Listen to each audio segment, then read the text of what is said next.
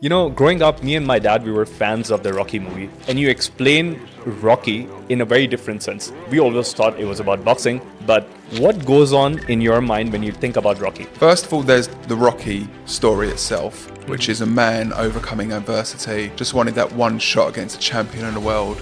It didn't matter if he was to win or lose. All he wanted to do was go the distance. Even if you don't quite make it, you know that you've done your best. It's over adversity, it's challenges in life, it's believing in yourself that no matter what anyone else says, you are going to make it in life. There are going to be chances that you will always be the underdog. There will always be someone better than you, but it's that belief in yourself. So we talk about sales. How long have you been doing this? There is a traditional aspect to sales, and then there is probably a modern aspect to sales. Because there's the journey and then there's the vehicle that you're using to get to where you want to be. The vehicle is always changing, but the concept is really the same. Why is it important for us to understand the person's problem in sales? Because the problem is what you need to solve. And unless you can solve their problem, then they're not going to value you. I learned a saying many, many years ago. Features tell, benefits sell. Mark Sclaire, welcome to the show. Thank you for having me. I'm so glad to have you. Now, Mark, there's something that I've been wanting to ask you for the longest period of time. Okay, ever since I started looking you up, looking at your content, looking at your YouTube. Growing up, me and my dad, we were fans of the Rocky movie. There weren't many options available. There was just Rocky, and we kept looking at Rocky 1, Rocky 2, Rocky 3, and there were so many series, right? You made a bunch of YouTube videos, Yeah. and you explain Rocky in a very different sense. We always thought it was about boxing, but what goes on in your mind when you think about Rocky? So let me say, first of all, I've got a friend and we were talking about Rocky. He said, I've never seen Rocky before. And I said, you never seen Rocky? He goes, yeah, I don't like boxing movies. And it got me so angry and frustrated because it's so much more than just a boxing movie. First of all, there's the Rocky story itself, which is a man overcoming adversity, just wanted that one shot against a champion in the world. It didn't matter if he was to win or lose. All he wanted to do was go the distance. And if you look at that as a man of just wanting to give things a go, to have a chance in life, to get that opportunity, even if you don't quite make it, you know that you've done your best. So for that part of it, when I'm watching those movies, oh my God, I just get even now, I'm buzzing. Goosebumps? Because there's just so many times where he has to challenge himself and he doesn't believe he can do it. And then he has, this wife with him as well, Adrian, who is just a beautiful soul. She helps him through it. His trainer helps him through it. All the people help him through it. So you can't go at it alone. As much as it is your job to get there, you need people around you that can support and guide you. But then, so that's the Rocky part. But then there's the whole Sylvester Stallone journey. Okay, so in the movie, there's a dog in there called Butkus. Okay, that is his dog in real life. Oh, wow. He had to sell that dog, and he sold it to a guy in the streets, a random guy, for like $50. That was his best friend because he had no money to eat. He believed so much that he can make a success of being in this movie or making a screenplay or being an actor. He believed in so much, he sold his dog. And the story is unbelievable. And Tony Robbins, and I've done it as well, but Tony Robbins tells a great story about it. And it's on YouTube. And I advise people to go and listen, either my one or Tony Robbins. But he becomes a success by selling the script. Not many people know this, but he was the director or the writer of Rocky. And he sold the screenplay or the script. And he ended up buying his dog back. Yeah. But not at $50. He ended up spending like thousands of dollars. And there's a guy in the movie who he sold the dog to who plays a part in the movie. Okay, that's interesting. Yeah. So it's over adversity, it's challenges in life, it's believing in yourself that no matter what anyone else says, you are going to make it in life. Man, what great. That's interesting. And some of the thoughts that go in my mind is, when you look at Rocky, right? This guy is the underdog. And most of the times when you're starting your career or you're starting to get into the line, which is our main topic, sales and selling something to someone, there are going to be chances that you will always be the underdog. There will always be someone better than you. Someone will have more offers than you.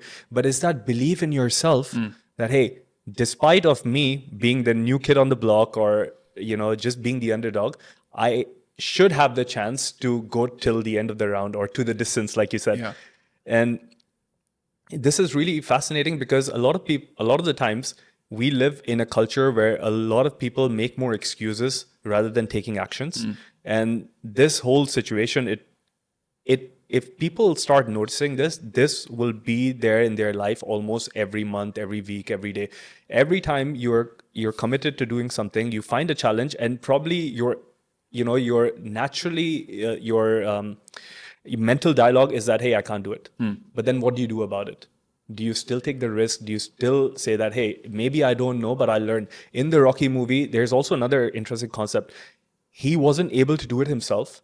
So he had his trainer. I don't remember his name, but he had his trainer, which in today's world could be a mentor or could be a coach, that you have to get onto your journey so that they can show you how to walk the same path or, look at your blind spots.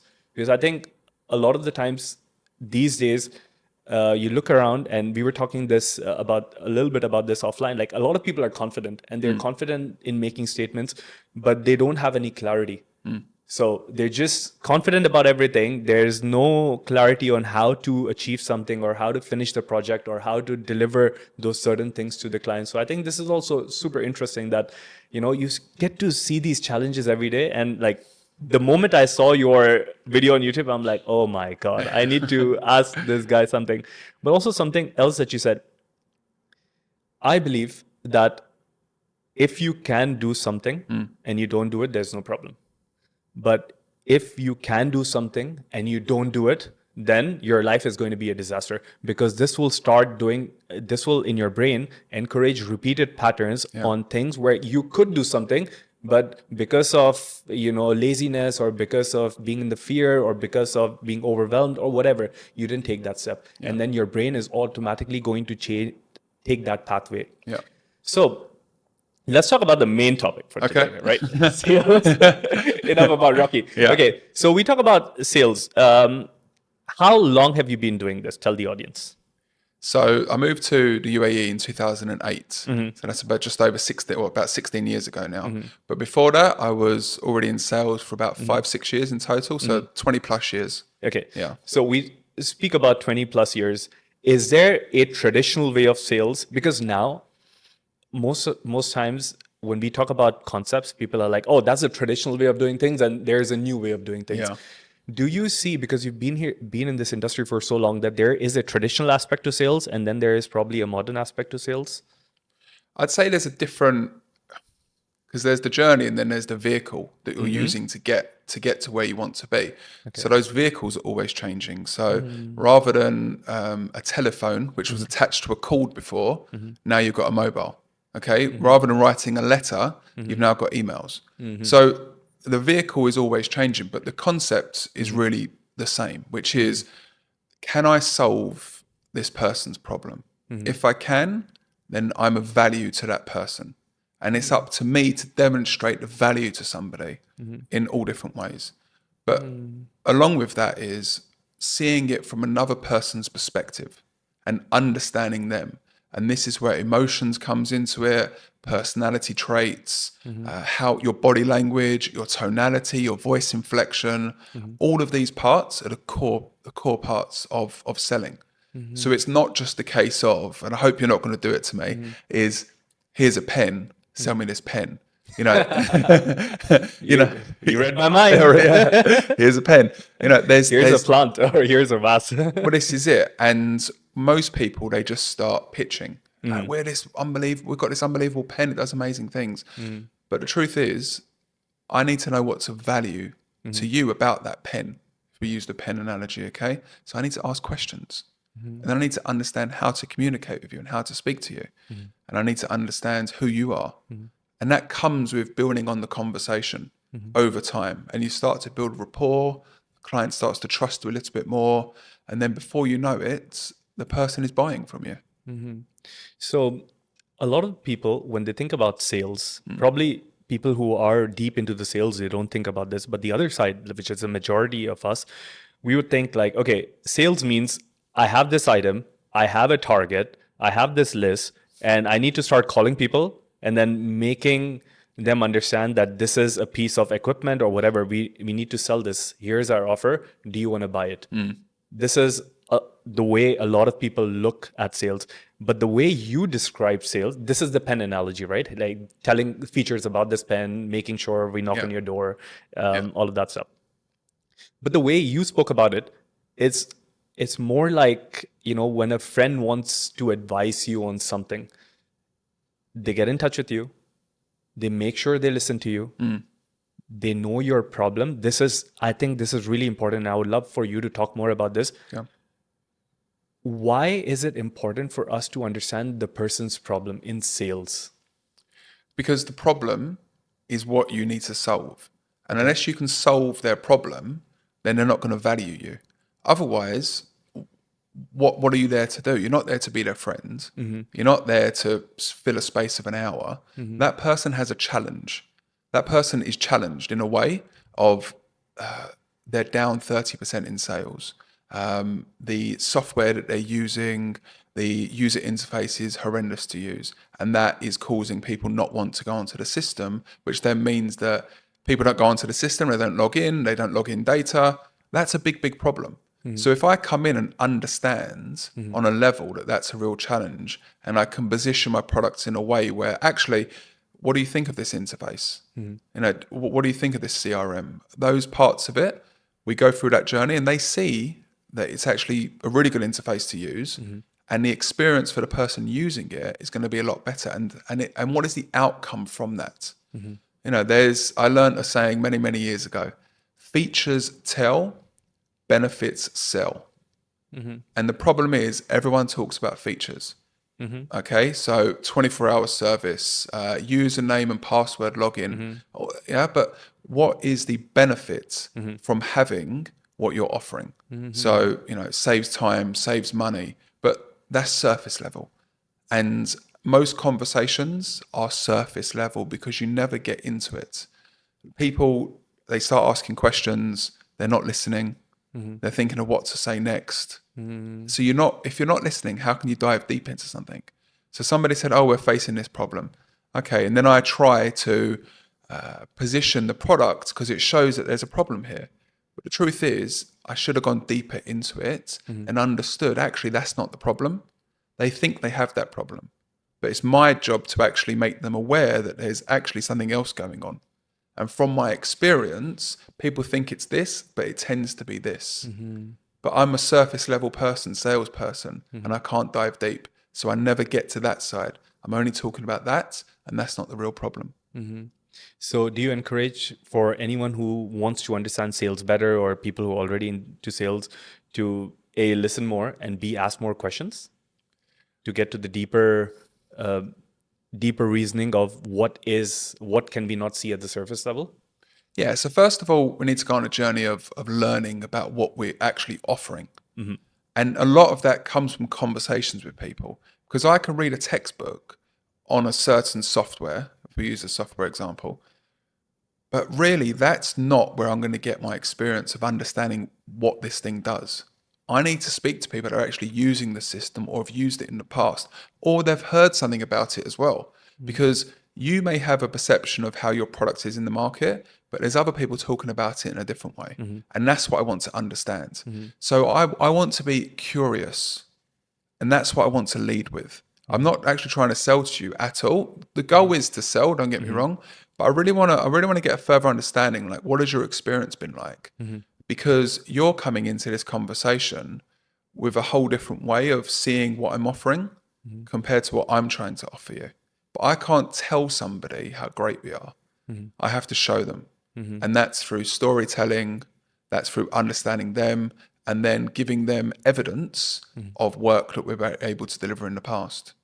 Yeah. So you take people on this journey as well and show them different aspects. I have this, I always tell people, like, if you did a PhD and if you read all the books in the world on football or soccer, Okay. and would you know how a ball acts in the real field if you never played it and you just learned everything from the textbook? No, the only way you can learn, or the only way you can have a best shot at it, is when you go and play football. Yeah. If you've never played football and you're just trying to look at the theory and like trying to make an argument, yes, it sounds good, but like you'll never get to the real situation, because for that you need to be out there, you need to test things yourself. Yeah. Because a lot of the times what happens is, I've met with a lot of salespeople, they would be selling something, but they don't really know what the product is all about. And they have this confirmation bias where either like, they've been appointed by a company, so they think this is the best product ever. Yeah. But like when you actually take a deeper dive, they don't understand all these other aspects of the product itself. So I see that a lot of people, like, they don't know what they're selling. No. Do you see this quite often, like in like people that you train and companies that you work with? Is this a common recurring problem? I see it a lot, but then you ask yourself, is it a responsibility of the company or the responsibility of the employee? And I feel that it's the responsibility of the company to create an environment of learning. And the trouble is, a company, they go, oh, we want to give people, 1 hour per day to do learning. Yeah. Then that hour comes up and they're like, no, get back on the phone. You've got to be selling. So what you're saying is actually not what you're actioning. So it is the responsibility of the employee to be the best that they can be, but it's the responsibility of the company to create an environment where they feel empowered and they can grow because of it. But a lot of the time, these people, salespeople, they're on a journey of getting out there and calling people and speaking to people, but they're just moving so quick. They're not really taking on board actually what's going on and how this has actually benefited. After every meeting, after every call, I digest what somebody has said. And it doesn't always happen at that moment. It could be 3 hours later when my brain is relaxing, when we're giving it a moment, which we need to do, and something pops in and goes, oh, they meant it in that way. And actually that I'll use that for next time. But when we talk about practicing, they say practice makes perfect. Okay, but there's nothing more of a situation than actually being in a live situation. Because what I talk about is like your heart is beating differently. Yeah. When you're at home and you're practicing, it's like calm, it's all right. But when you're in front of people, your heart is moving at 100 miles an hour, which means you think differently, which means you're breathing differently, which means your body language is different. Everything is completely different. So, and there's a saying, it's not what you say, but how you say it. So I could deliver something now very, very quick and it doesn't connect. But if I calm it down, have a voice inflection, deliver the words the right way, and gives you time to process what I'm saying, it's going to connect with you better. That's amazing. And I think a lot of people, like, we've all heard speeches, like some of the great speakers speak, and then we can connect with them very easily. And then we've all been in events where we've had some people speaking, but like the audience doesn't seem to connect with them. And then if you look at these people backstage, they go through the same emotions that you're speaking about. And I'm sure like Tony Robbins and all of these guys at a high level, their hearts are also beating faster. But they learn, or they have, through practice, they've learned a way to manage it, and they know how to kind of like get the audience's attention, get their interest, make them focus on the most important parts of their speech. And that's an art. Yeah. What do you think? It comes with repetition, doing it thousands of times or hundreds of times. And just when you're in that scenario, it doesn't matter that your heart is beating differently, because you've got the repetitions in, you've done the work, you've put the hours in. I think Brian Tracy, he says, I can't do the push-ups for you. Yeah. Nice. You have to do the push-ups. If you want to get fit, you want to get better at what you're doing, you have to put in the hours. So as long as you're doing that, and it's really interesting. Again, I'm going on this journey at the moment of really, I've been doing sales for over 20 years, but there's so much more that I need to know. Because yes, it's the modern way, but still I want to learn about sales psychology more, consumer behavior, what drives people to make decisions. But how you look at how a situation happens is how you perceive it. Okay. So I go up on stage. Yes, I'm nervous. Okay. But I love it. Someone else goes up on stage and they got the fear of their life. They don't want to do it at all. Your body actually can't detect the difference between fear and excitement. It's the same thing. Hands are a bit sweaty, pulse is racing, all of this. It's what you're telling yourself. It's what you're processing in your head. And if I have that internal discussion with myself and go, look, have I put in the repetitions? Have I put in the work? Have I done the best that I can do to get into this moment? And can I give value to people? You know, I'm nervous coming on here today. Of course, you might grill me on something, but if I'm leading with value, trying to have the way of trying to help and inspire others, that's what's motivating me. And if I say a word wrong or get it wrong, okay, it is what it is. Yeah. But I'm leading with value. My intentions are good, and I'm trying to be the best that I can be, helping others as well. Amazing. I love it. So it's interesting that you said even after 20 years, you're looking at learning all these different human behavior, psychology, all of these things. Can you share some of the recent learnings, or maybe over the past few years, in the domains of psychology, human behavior, and how could that relate to like sales? Yeah. Okay. So I've known this for a number of years, but I've kind of dived a little bit deeper into it. Okay. So if you're making an offer to a client, how many offers do you think you should make?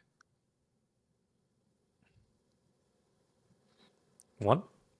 Most people say that because you don't want to confuse the client, do you?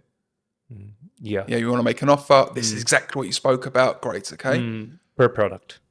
Per product. Yeah. Okay. Yeah. So there's one offer. Okay. This is one event you can exhibit at. This is one software. That's it. Okay. But what that person has is they have an option of yes or no. Yeah. They can say yes or no to this. Now, if I give an option of 2, okay. Yeah. The offer which I've made, the person is going to choose that one. And again, it varies from product to products, but that person is going to choose that one 20% of the time if I make it higher value than the other option. So 80% of the time, somebody is going to choose the cheaper option because it's the safer bet. Even if they realize that actually this is what they want, they're going to take a chance and they'll take it on the cheaper one. So 80% and 20%. Now I'm going to throw a third option in there. Yeah. Because this is really where the sweet spot is. I'm going to make you 3 offers now. And you'll see this with online subscriptions, online business models. They have these 3 options and they have one in the middle, which is like a little bit bigger and it's got a different color. Well, it depends how you want to do it. But a lot of people will say, hey, this is the premium one, or this is exactly what you were looking for.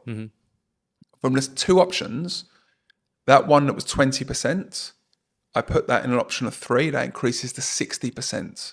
Wow. 60%. Same offer, exactly the same. And all I've done is put a couple of decoys there, like you've said, stuff which is still of value to them, but they would go, oh, let me choose the cheaper one. But they think, well, it doesn't actually have everything I need. So it's kind of like, okay, it can do some stuff, but it's not going to give you everything. You know, it's like with this podcast now, it's great that the filming's going on, but the real value is in the editing. Yeah. And that's what we need help with. Yep. Yeah, the editing. So they can give you the hourly rate, come in, you film it, use your own phone if you want as well, okay? But you could do that at home. The real value is in what these guys do behind the scenes, doing the editing. So they give you the option, but they go, actually, this is kind of what you need. And it increases from 20% to 60%. You know, the initial studies, I mean, there are so many of them, but like on the decoy effect was done in the cinema industry. So they bought on, and it still is valid for anyone who's listening. If you go to a cinema anytime, just look at the popcorns there. Okay. So they had all of, I don't remember the numbers now, but basically you have the small popcorn, which is priced at X. And then you have the large popcorn, which is priced at Y. Most of the times people would select the small popcorn.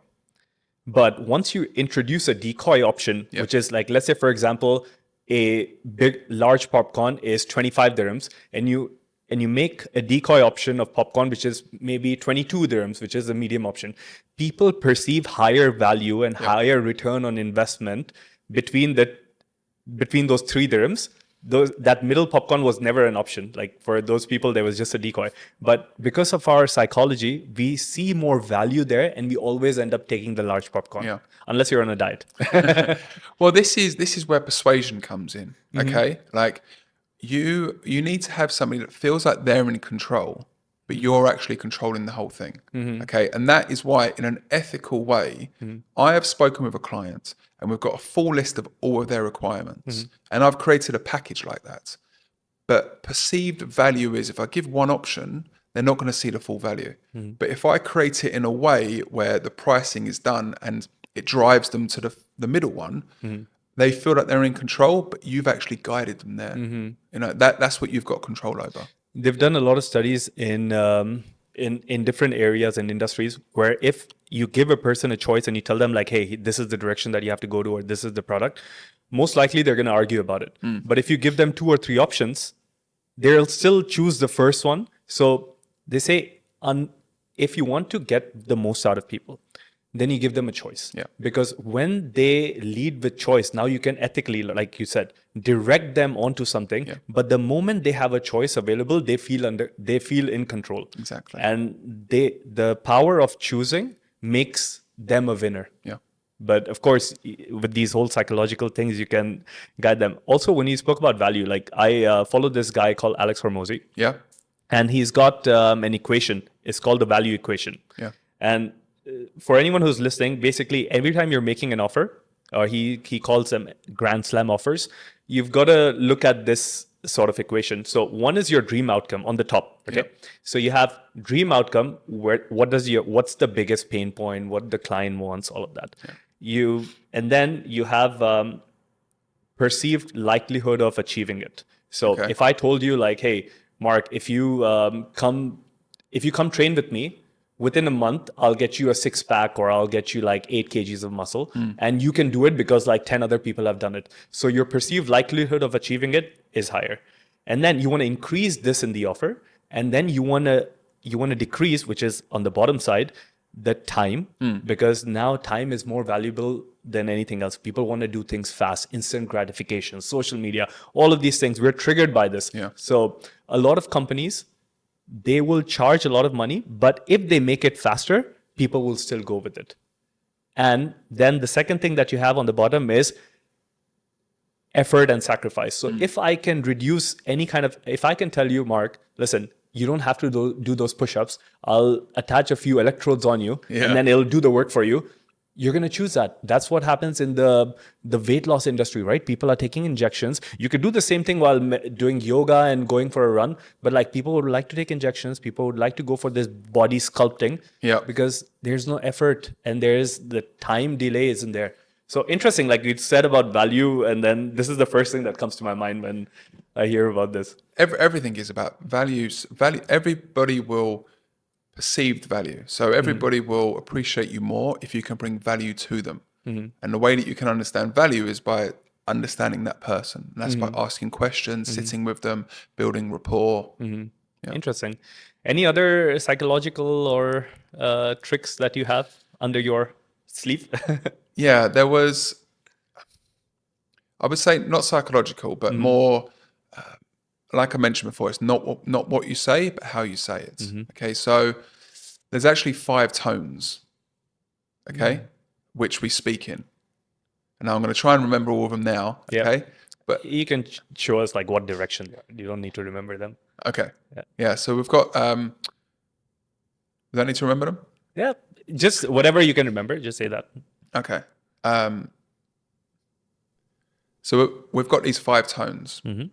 Some of them being curious, some of them being challenging.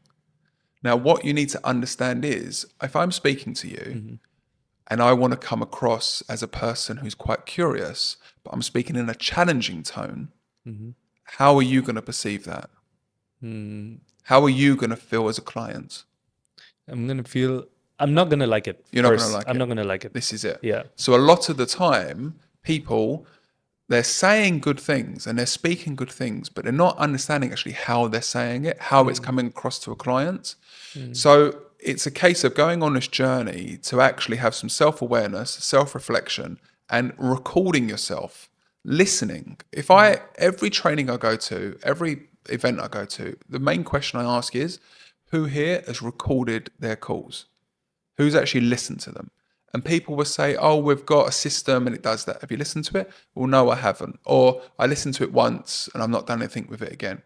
The biggest the only good way to get better is to actually listen to yourself and actually pick up on certain things you're saying and doing. Now, a lot of the time we don't want to do that because we don't like the sound of our own voice, even though people send 5-minute voice notes these days on WhatsApp. Yeah. So annoying. So annoying. Exactly. But they don't want to listen to their own voice. But once they listen to it, there are two things they realize. All right, I can improve there. But the other one is it wasn't that bad. Yeah, because we're down on ourselves so often. But what you're working out now is you're working out, all right, I'm saying the right words, but I'm actually not saying it in the right way. So that is a journey I highly recommend people to go on to really understand how it is being perceived by the person in front of you. Because one thing is, you shouldn't get too down about how you're making somebody feel, because you can't help everybody, okay? You can't help how other people feel about you in certain ways, but you can be aware of what you're saying. So if I didn't mean it in a bad way, if intentionally I didn't mean it in a bad way, then okay, I can't help you didn't get it, but at least I need to know that I've done my best to demonstrate it in the right way. Do you recommend listening to your calls and then maybe asking one of your friends to rate you? Because a lot of the times, because of this whole confirmation bias, we think whatever we're doing is right, and then we're not able to look at the blind spots. Do you recommend like someone's wife or friend or whoever can like listen to it and just say like, hey, maybe here's something that you could improve on, whether this, or maybe they could tell them like, hey, did you think this conversation was more pushy, or did I sound curious, because that's what I wanted to come across as? Can we bring in someone else to monitor our... Well, there's a bias there as well, because if you ask them, hey, did I sound curious? In their head, they're going to be, is it pure? So you want to get somebody to do it in a blank canvas. Can you listen to this to me and let me know, 1, 2, 3, 4, 5 things? Can you reflect on that and let me know? Now that's one thing. I ask my mum a lot of things. Yeah. Okay. I'm the golden child. She won't ever say anything bad. Yeah. So I've got somebody to listen. It doesn't mean that I'm actually going to learn. So the best thing to do is to have somebody who has that experience and has been through that before and has gone through that cycle. So it's good to bring in an expert or somebody who has a knowledge. So somebody within your business, a colleague, a manager, somebody that's doing really, really well. And people say, well, they don't have time for me. Okay. That's what I hear a lot. They don't want to help me. But if you are coachable and you're willing to actually be open to change, then they will be willing to give you time and advice. Because people, they say, I want to change, but they don't. They just go back to how they were before. Why do you think that happens? In the sales context, why do you think people are so strict about doing things their way? And like, let's say, for example, you go and you train someone and you offer a change or offer a different perspective on things. Yeah. Why are more people resistant to it? Well, I think a lot of the time it's being delivered the wrong way. Okay, so somebody's coming, you must do this, you must make this change. You must, it's the only way you're going to get better by doing this and this. If I spoke to you like that, how are you going to connect with me? No, you're already in my mind. I feel like, there is a resistance to it, because it's like an opposing, there's someone forcing something at you, and then you always want to, what's the right word, rebel against it, because as humans, we like to rebel against things. Exactly. Yeah. So this is the same with a client. They're working on a system, and they're actually told me they're happy. Okay. But people don't know what they don't know. People don't know what they don't know. Yeah. And now I'm going to come in and I'm deliver some absolute gems. But what I have to do is I have to plant a seed in their head. And then they wake up one day and they go, oh, I've got this information. I like, this is actually going to make a change for me. And I have to, as a trainer or as a public speaker, whatever, I have to leave my ego at the door and be like, oh, you've done amazing. That's brilliant. Like, how did you come up with that? I've seen it so many times with people where you've shared information and it's from some other random person that they end up referencing. And they would go, but I told you that. But they weren't ready to receive that information at that time. So a lot of people, they say that they want to help with their problems, but they actually don't. They just want to vent. Yeah. And I've had that in the previous experiences with like relationships. I'm a problem solver. I want to help people, but sometimes people just want to be listened to so they can vent out. And it's amazing how much you connect with a person just by sitting there and being quiet and listening to them. And that's the same with a client. A lot, and I joke about this, you know, if I'm speaking to a man, I say, you know, for once he's being listened to. He goes home, his kids don't listen to him. He goes home, his wife doesn't listen to him. I'm actually sat there Yeah. and he feels like somebody's actually taking the time to hear what he's going through. And that by itself can build a lot of opportunities for me. You know, that's one of the common things that happens in therapy as well. Like most of the times, the therapist isn't really offering more solutions. They're just there, Yeah. you know, not having any bias, just listening to you, and you're just talking and talking. And I think a lot of the times, thoughts they manifest into emotions, Yeah. and then different areas of our body store that emotion. This is according to traditional Chinese medicine. This is their school of concept. And because we're not able to talk to someone, of course, as men, this happens even more because they say that they don't open up to people, right? But once you start opening up to people, whether it's a friend, whether it's in therapy, or whether it's anyone, then those emotions start to loosen up and they move away from your body. Yeah. And a lot of the time, stress and disease that manifests later in life is actually accumulation of all of these thoughts, ideas, things that you were never able to share. I agree. But you mentioned something really interesting, which is ego.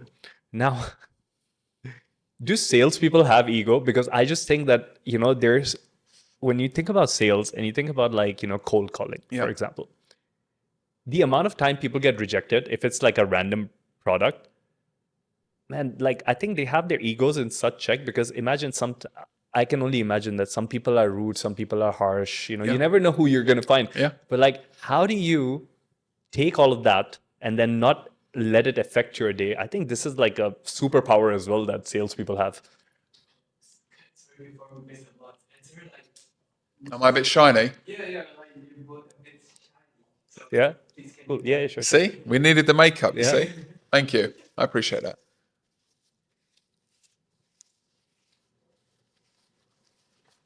Better? Your lights are also very shiny. Okay, where do we start from? Ego. Yeah, ego. Okay, yeah. Yeah. Yeah, because you finished saying what you needed to say. That's why you stopped it. Okay, so that I perfect. can, So then yeah, you yeah. start. Yeah. Now I need to remember what to say. Okay. Ego and rejection. Yeah. And all that. Yeah. Good? Okay. So when we talk about with ego, first of all, what I am processing in my head is, how is this person's day going? And it's the same in many things. I will have somebody that will vent at me, will be angry with me, will message me like, you know, why are you doing this content? Why are you doing, like, I think to myself, what are they going through? So when I throw it the other way, I realize it's not about me. And I realize that I can actually get on with it. They're having a bad day, and actually they don't mean to shout at me. They probably received another message beforehand. They probably had a meeting with their boss and it probably went the wrong way. Whatever it is, I don't take it personally. I think to myself, have I done my learning today? Have I learned about the market? Have I learned about my product? Have I spoken with a lot of people today? When I'm doing that, I can then go to bed at night, put my head down and go, I've done the best that I can do. Okay. So there's a lot of people, and that's the difference between being successful and actually making something, or not succeeding, because those people, they let it get to them and it ruins their whole day. It affects everything. You know, they're complaining about all this stuff all the time. And I always use this story, and I think it's a really good way. I'm driving on Sheikh Zayed Road and I'm driving to work, okay? I leave my apartment, I'm driving down the road and I'm about to turn on Sheikh Zayed Road. I come in within an inch of hitting a person. I'm screeching, this person's literally almost going into me. It was their fault. I could have been killed. No doubt about it, okay? I get out of the car, I'm screaming at the person, I'm so angry, I'm so annoyed, I'm so, you know, finally I calm down, I get in the car, I drive. My office at the time was in Media City. I get into the car park, there's security, I tell them about this accident that almost happened. I get in the lift, everybody that's in the lift, I'm telling them about this story. I get up to the office, the secretary at the front desk, I've told her as well. I get into the pantry, everyone in the kitchen's knowing. I get to the desk, everyone has to know about this guy, an absolute idiot of a man. I get home, Yeah, not even, I've told my dog, I've told everybody that will listen to me, okay? I've not been able to do another thing. That other person, they just got in the car and drove on with their merry day. So 2 parts here. One is that don't let other people's things affect you. You got to just put it behind you and just go, have a moment and just get on with it. But another thing is as well, you've let someone control your whole day, and that guy, that person has no care of that. They're not aware of that at all. But that person has controlled your whole day. So you have a choice. You can either join the pity party, or you can learn from what you've done and go again. Amazing. I love join the pity party and like a nice story. Yeah, thank you. I know a lot of people who do it. And that's why I was laughing even more because now I can, I had a flash of all these faces pop up in front of me. Yeah, yeah, But it would seem natural that a lot of people who are not aware that how this affects them, if they're not conscious enough that, this, and it's not just one thing, right? This person might have like crossed you on Sheikh's side, but there are other things at the grocery store, other events. And once you let all of these events like kind of like compound, then you're heading towards a disaster. Either feel burnout, mental health issues are going up. All of these things can come up because you're not processing one thing right. yeah, And I love the way you put it. It's actually, in reality, both of the people are having like a situation. It's just how you're perceiving reality. What's your lens on reality on that situation itself? Because that determines everything. And if you could be, smart about it and have like this growth mindset like you spoke about, where you're like, okay, what did I learn from this? Okay, can I move on? yeah. And it's a lesson. How do you cultivate this sort of a growth mindset in people? So everyone talks about the most important thing now is self-awareness. Okay. If you're self-aware, because everyone's going on this journey of emotional intelligence, okay? But there's 2 parts to emotional intelligence. One is awareness, and the other is management. And people have forgotten about the management side. So I'm now aware of that. Oh, if somebody says something or does something to me, it upsets me and annoys me. I'm aware of that. That doesn't help me. I need to be able to manage it and have to go through that process. And this is the internal conversation I have with myself. And there's a lot of stuff, like personal stuff that goes on in my life, most recently as well. What can I do about it right now? I can either go to bed and be upset about it, or I can go, right, that's probably another year away, really. What can I do about it now? There's only so much that I can do. So can I actually get on with this podcast today, doing this training I'm going to be delivering the next 2 days? Or I can curl up in my bed and not want to come out. You have to be able to manage that. And I talk about it like, oh, it's just like that. But that's a journey I've had to go on. And I have moments where it does, I get anxiety. Yeah. So a lot of people think anxiety is the jitters and it's like you had 10 coffees. Okay. For me, I just want to go to sleep. I get so tired and exhausted and it happens occasionally. Like I'd say every few weeks, I'll get that moment and then I have to go through the process. But sometimes the process is just shutting myself away and having the time to myself. And I guess one side I'm not fortunate because I don't have a family and kids, but on the other side I'm fortunate because I can do that. And a lot of people, they don't have that time. They get called selfish for having a moment to themselves when you need it. You need that release. Yeah, everyone processes emotions in a different way. For some people, like they want to shout and tell the world or tell the person, at least if it's in a relationship. But a lot of people would want to like go for a walk on the beach or just relax and just calm down. And again, for people who are listening to this, find out what's the best thing for you, because you can listen to Mark, you can listen to so many other people, but like eventually you will have to try multiple things to figure out what's the best thing that resonates with you, and then go on with that. And the truth is, what you found was good for you last year might not be good for you now. I always say, somebody says to me, you've changed. And I say, thank you. It's not a negative. You have to be changing with the times. So I'm very disciplined on certain things. Like I go to the gym in the morning, I go to the beach, I read, I do my prayers. Like I'd say 97% of the time, I'm doing that. There's an occasional time when I won't do it, okay? But at times, I've said to myself, well, am I like that now? Or do I want to change my routine a bit? I'm stubborn at times, or I'm just going to stick with it. But sometimes it actually suits me better to change. So I like routine, and that's what kind of gets me up. So the first thing I do in the morning, so simple, I make the bed, and it's like a tick box exercise, And then I honestly try to make this real conscious effort to not look at my phone, really, because what is going to be good there? I'm getting up about 5:30 in the morning. There's nobody there that really needs me at that time. That's why it's nice to get up at that time, because there's no one disturbing you. But you'll go like, oh, I need to post something on social media. I need to put a post out. And you go, oh, I'll post it. But then, oh, let me just scroll for a minute. And then 30 minutes later, you're still in bed. You're not got up, and it's just like, oh. So you have to, again, it's the awareness and the discipline and the management. It's interesting you talk about change, because change is the one thing that everyone has a negative connotation about, or their fear, or, because the fear of the unknown, right? But change is the only constant thing that we have in life. In a lot of Eastern traditions, in Buddhism especially, there's a term called anicca, which means impermanence. That means what you were yesterday, you're not like that today. What you were a year ago, or like before, how CJ is, the kind of thing CJ knows about is different before CJ met Mark and had this podcast and learned from him. You're going to be different. We have about 37 trillion cells. Okay. Each cell of us is going through 100 million reactions every second.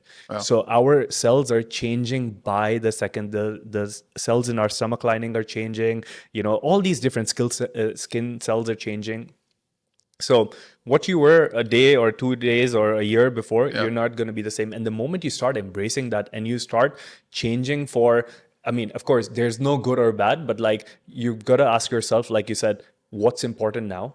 And okay, if I want to be the best salesman, or I want to get that project, or I want to solve this person's problems, what's that one thing right now that I can do? Whether it is learning, whether it's talking to someone, whether it's researching, whether it's listening, which is something that you said really early on the podcast. And that's so interesting, because a lot of the times we have many people who just want to say things, and we get into this energy of like trying to impress people. And it's like, okay, who's got back in the day it was like, oh, I've got so many cars and I've got this house, and everyone's trying to compete and show dominance. Now it's in the information or the knowledge space. You get into a party and then everyone's just trying to tell you like what they have done, but very rarely people take the time to listen and truly listen to what you're saying. And I think that's a superpower. Well, when somebody's reaching out to you, if you're lucky enough, somebody reached out to you in a business, a lot of the time they're already 60% down the line of their decision making, which means they've already done a lot of research, which means a lot of the time they actually know more than you do. Okay, so they've looked at your competitor, looked at all these different companies. So you actually saying more stuff to them really is actually not going to bring value to it. So what you want to do is you need to go in there and really listen to how that journey's been and what else you can understand, which is going to be a challenge for them. And again, how can I know what is a challenge for you if I'm just talking the whole time? I need to speak to you, sit with you, understand different parts of the business.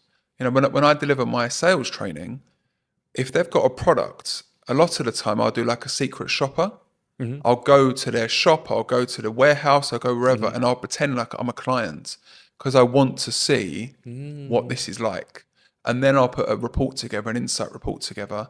And even if we don't go ahead with the business, that's my added value. That's my value I want to give to them.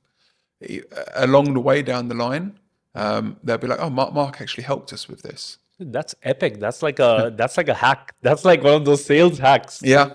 I think if you get something out of this podcast, like go be a mystery shopper, check out what are the kind of pitfalls, and then provide your client with that sort of information. And again, don't be super attached to if this person is going to work with me or not. Give your best. I think give your best in anything. Well, because the thing is, again, I've sat with you and I want to understand more about what you see as being a problem. Now, you see 1, 2, and 3, but I go to the store and I actually see 4, 5, 6. So it's all well and good you saying to me you think you've got a problem, but you don't really know what it is.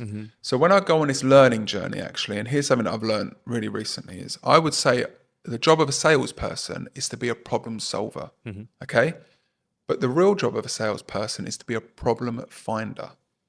And we find the problem together, which a lot of people are like, oh, don't bring up problems. You're not going to be able to sell. No, I can only work out actually what's of value to you by seeing what you find challenging at the moment. And I find the problem with you by asking you questions, and we go on this journey together. We solve this together. Great. Brilliant. So that's a journey that I've been on with that. Really just not going, oh, I'm a problem solver.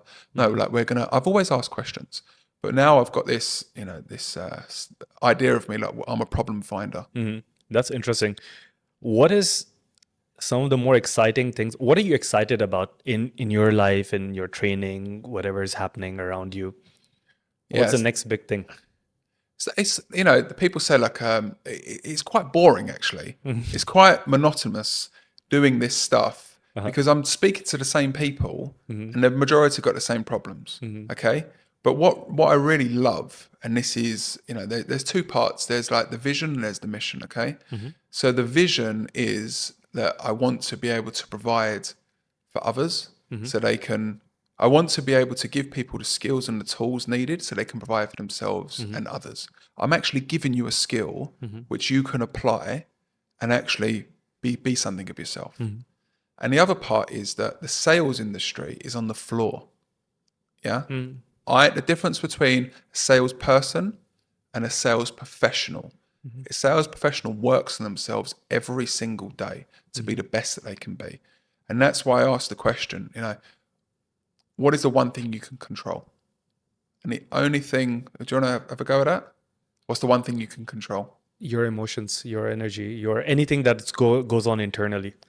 That's it. Yeah. Nothing else is in your control. The market crashes, that's not in your control. The person that was the decision maker has now left the business, that's not in your control. So if I can internalize and go, have I done my learning? Have I done my product knowledge? Have I sharpened my sales skills? Have I stayed mentally and physically well?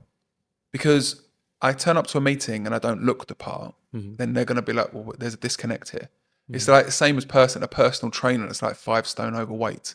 They're like, what are you talking about here? Yeah. So as long as I've gone through that journey, then I can accept if something's gone good or gone bad.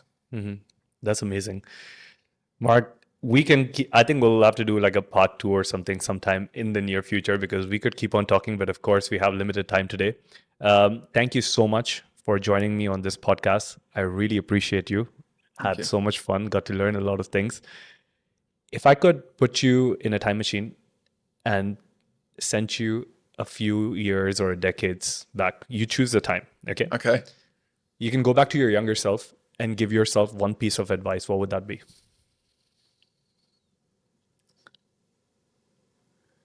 It's a good question. Sorry to put you on the spot. No, it's a good question. There's, on one hand, I want to say that there's a lot of mistakes I've made, but it's brought me to where I am now. And I think that is so important that you can just accept that, all right, I did something wrong then, but then it was the right feeling at the time. I'll give you an example. Like I had a loss in my family. My brother passed away. Okay. And I decided after that I wanted to do something different with work. And I was like, I left the company I was at and I loved the company I was at. And I was there for like 7 years. And when I look back now, I think to myself, why would I leave that job? And it was because I wasn't in the right state. I took on a lot of things like personally with family. I took a lot of weight on my shoulders and I wasn't able to digest kind of what went on. So I made these decisions not in the right frame of mind. So that's, again, I want to say like we make mistakes, but don't let it define us. Okay. Yeah. Is that? Yeah, that's good. Okay. I'll take that for today. Okay, cool. Where can people find more about you? So quite active on social media, Instagram, Mark Sclaire Training, got a YouTube page, LinkedIn as well. LinkedIn I'm for a community of HR people as well. I speak with quite a lot of salespeople. Anyone that's looking to develop and take their journey from I don't want to say being average, but at the moment, there's a lot of average people out there. Average isn't cool. Step up your game. Yeah, but the problem is greatness is like average these days. The steps to be a great person. You know, I heard this stat today. Like, we're both podcasters, okay? I don't want to ruin this part now, but he said 90% of podcasters record 3 episodes and they quit. Yeah. Yeah, the other 10% record 20 episodes and they quit. There's like 1%. So we, as And the podcasters, 1%. you know, we are in that, and I don't feel I've done anything to the level I want to yet. That's what I mean. So when you're looking at others to get inspired by, be careful who those people are. Amazing. It's congratulations on being the 1%. Yeah, don't you? Yeah, congratulations. We'll end with that. Yeah. That's Mark Sclaire for you, everybody. And this is me, CJ, your host, signing out of the Shift with CJ podcast. Everyone have a great day, a great week, a great lifetime in front of you. Remember, if you made mistakes, you feel something wasn't right, accept it, move on. Don't let it define you. Let this be your lesson. I'll see you in the next podcast.